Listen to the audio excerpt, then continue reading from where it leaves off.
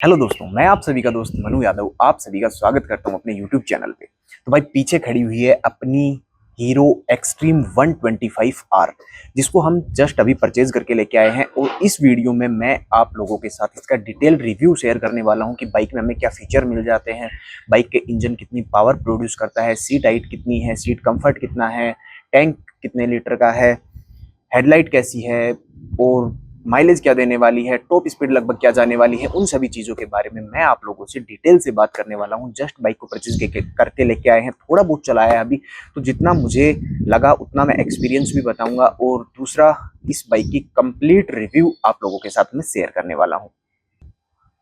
तो भाई फ्रंट से शुरुआत कर लेते हैं। फ्रंट में अपने को एलईडी हेडलाइट मिल जाती है, यहाँ पे एलईडी डीआरएल मिल जाते हैं एंड साथ ही साथ एलईडी इंडिकेटर मिल जाते हैं, जो कि इस सेगमेंट में किसी भी बाइक में देखने को हमें नहीं मिलते हैं।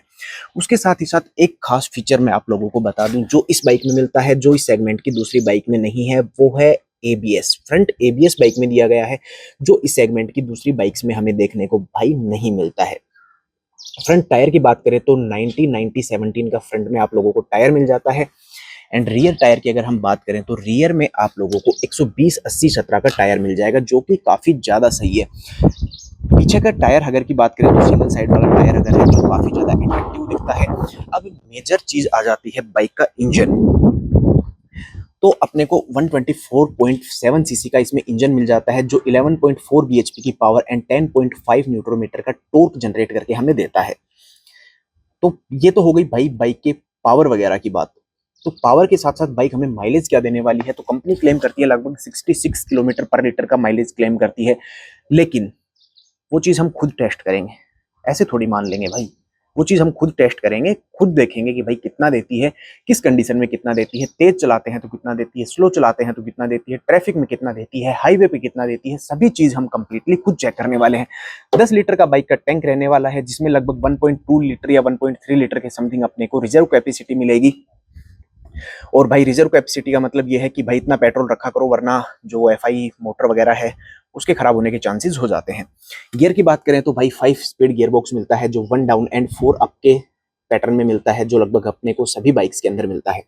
अब कर लेते हैं बाइक की ग्राउंड क्लियरेंस की बात। तो बाइक का ग्राउंड क्लियरेंस जो है वो है 180 mm का। सीट हाइट की बात करें तो 794 mm की अपने को सीट हाइट मिल जाती है। अब अगर बाइक के वेट की बात करें तो बाइक में अपने को लगभग 136 केजी वेट मिल जाता है। बाइक काफी ज्यादा हल्की है, दिखने में काफी ज्यादा अट्रैक्टिव है। इस सेगमेंट में अभी तक जो सबसे अट्रैक्टिव बाइक आती थी वो इसी के सेगमेंट की टीवीएस रेडर आती थी, लेकिन भाई लुक के मामले में तो इस बाइक ने उसको फेल कर दिया है। लेकिन बाकी सभी चीजों के अंदर क्या ये फेल कर पाएगी उसको, या फिर अभी भी भाई सेगमेंट किंग अपना टीवीएस रेड रहने वाला है लुक के मामले में और पावर के मामले में।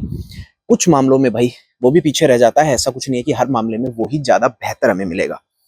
अब आ जाते हैं भाई बाइक के मीटर के ऊपर। तो मीटर के अंदर अपने को सबसे ऊपर मिल जाता है आरपीएम मीटर, यहाँ पे स्पीडोमीटर मिल जाता है, यहाँ पे गियर इंडिकेटर मिल जाता है, यहाँ पे ओडोमीटर मिल जाता है, यहाँ फ्यूल इंडेक्शन मिल जाता है। उसके साथ ही साथ यहाँ पे अपने को क्लॉक मिल जाती है। उसके अलावा भाई अपने को यहाँ पे जैसे अपन बटन को प्रेस करते हैं तो यहाँ पे अपने को ट्रिप ए मिल जाएगी, ट्रिप बी मिल जाएगी, एवरेज माइलेज मिल जाएगा लाइव वाला।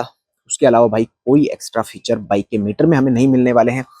स्विच वगैरह की बात करें तो वही बेसिक स्विच मिलते हैं जो अपने को नॉर्मल एक्सट्रीम में मिलते हैं। और दूसरी चीज़ यहाँ पे अपने को हैजार्ड का ऑप्शन भी मिल जाता है, 125 सीसी में हैजार्ड का ऑप्शन मिल रहा है, वो भी एक तरीके से नई बात है। यहाँ पे अपने को पासिंग स्विच मिल जाता है। इग्निशन वाले स्विच की अगर बात करें तो भाई सिंगल वाला स्विच दिया गया है, जो आजकल लगभग अपने को सभी बाइक्स के अंदर देखने को मिलता है। तो भाई ओवरऑल बाइक दिखने में बहुत ज्यादा अट्रैक्टिव है। टेल की तरफ अगर अपन आते हैं तो भाई जो ग्रैब हैंडल्स भी काफी ज्यादा अट्रैक्टिव दिख रहे हैं। टेल लाइट की अगर बात करें तो टेल लाइट भी काफी ज्यादा अट्रैक्टिव है। और रियर में भी अपने को वही एलईडी इंडिकेटर मिल जाते हैं। रियर लुक भी आप एक बार देख लीजिए। लेकिन एक चीज मैं आप लोगों को बताना चाहूंगा कि भाई ये वाला जो पार्ट है, ये पार्ट प्लास्टिक दिया गया है, जो अपने को नॉर्मल दिखने में वैसा लगता है जैसे अपने एनएस वगैरह में आता था उस तरीके का, लेकिन उसमें मेटल मिलता है। इसमें ये भाई प्लास्टिक दिया गया है, तो अगर कभी पीछे की साइड करते टाइम अगर ये किसी में टच हो जाता है तो भाई इसके टूटने के चांसेस रहने वाले हैं। ये चीज़ मुझे बिल्कुल भी पसंद नहीं आई है बाइक की। अब एग्जॉस्ट की बात करें तो एग्जॉस्ट भी दिखने में काफ़ी ज़्यादा अट्रैक्टिव है। मतलब बाइक का जो टोटल डिजाइन दिया गया है वो कंप्लीट तरीके से ऐसा बनाया गया है कि कुछ भी चीज़ों के अंदर कॉम्प्रोमाइज़ नहीं किया जाए, सभी चीज़ें अच्छी तरह से सूटेबल हो सके बाइक के लुक के साथ। उसके साथ ही साथ अपने को यहाँ पे भाई किक भी मिल जाता है, जो कि रेडर के अंदर अपने को ऑप्शन नहीं मिलता है किक स्टार्ट का। लेकिन वो कुछ ज़्यादा ओवर कॉन्फिडेंट रहते थे कि भाई शायद हम किक नहीं देंगे तो हमारी बाइक के अंदर कभी प्रॉब्लम नहीं आएगी कि किक की ज़रूरत पड़े। लेकिन ऐसी प्रॉब्लम आई थी भाई, हमें 2-3 बार आई थी ऐसी प्रॉब्लम। तो इस सेगमेंट में किक का होना भी एक एडवांटेज है इस वाली बाइक के लिए। बिल्ड क्वालिटी की अगर बात करें तो भाई जो पार्ट्स हैं वो पार्ट्स मेरे को एवरेज से लग रहे हैं। जो भी फेयरिंग पार्ट्स हैं वो उनकी क्वालिटी मुझे एवरेज सी लग रही है। जो पेंट क्वालिटी भी मुझे लगभग एवरेज सी देखने को मिल रही है। बहुत ज़्यादा प्रीमियम क्वालिटी नहीं कहना चाहूँगा जो इसके पार्ट्स वगैरह हैं उसकी क्वालिटी को, और जो पेंट है उसकी क्वालिटी को बहुत ज़्यादा प्रीमियम नहीं कहने वाला हूँ मैं। लेकिन जो सस्पेंशन है, रियर में अपने को मोनोशॉक सस्पेंशन मिलता है, फ्रंट में अपने को भाई नॉर्मल सस्पेंशन मिलते हैं। लेकिन इसको जब थोड़ा ज़्यादा चला लेंगे उसके बाद सस्पेंशन की जो क्वालिटी है उसके बारे में मैं ज़्यादा डिटेल से आप लोगों से बात कर पाऊंगा। अभी भाई सस्पेंशन की क्वालिटी के बारे में ज़्यादा बात करना शायद मेरे को ठीक नहीं लगता, क्योंकि इतना ज़्यादा मैंने एक्सपीरियंस किया नहीं है। जब एक्सपीरियंस करेंगे तब का तब देखा जाएगा। सीट की अगर बात करें तो भाई अपने को स्प्लिट सीट मिल जाती है, क्योंकि अगर लुक बनाना है तो स्प्लिट सीट आपको देनी पड़ेगी भाई। देखिए आप एक बार, तो स्प्लिट सीट मिल जाती है। सीट की क्वालिटी भी मुझे ठीक ठाक लग रही है, मतलब बहुत ज़्यादा कंफर्टेबल भी नहीं तो शायद बेकार भी नहीं होने वाली है। और अभी जस्ट मैं भाई एज ए पिलियन बाहर जाने वाला हूँ, तो एज ए पिलियन का एक्सपीरियंस भी मैं आप लोगों के साथ जल्दी शेयर करूँगा। अब भाई ओवरऑल आप एक बार चारों साइड से बाइक को देख लीजिए।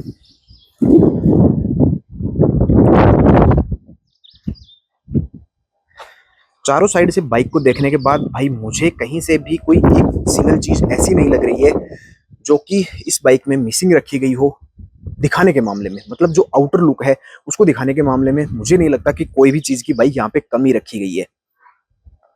साथ ही साथ यहाँ पे भाई काफी अच्छा सा प्रोटेक्शन दिया गया है कि टायर के अंदर भाई कुछ भी चीजें ना जाए। ये प्रोटेक्शन भाई मोस्टली ही मिलता नहीं है लगभग किसी भी बाइक के अंदर। लेकिन चेन कवर की अगर बात करें तो चेन तो भाई नीचे से खुली ही दी गई है। इस सेगमेंट में भाई रेडर में भी खुली आती है, इसमें भी खुली दी गई है। इस मामले में भाई जो अपनी SP125 है वो एक एडवांटेज लेके जाती है, जिसकी पूरी चेन कवर आती है, जिसमें मेंटेनेंस का खर्चा हमें थोड़ा सा कम पड़ जाता है भाई। डेफिनेटली कम पड़ेगा, गंदगी कम जाएगी तो खर्चा भी कम पड़ने वाला है भाई। अब एक बार मैं आप लोगों को बाइक स्टार्ट करके दिखा देता हूँ। बाइक का एग्जॉस्ट नोट आप लोग सुन लीजिए एक बार। तो भाई ये है बाइक का एग्जॉस्ट नोट बिना एक्सेलरेट किए हुए। एक बार एक्सेलरेट करके और सुना देता हूँ।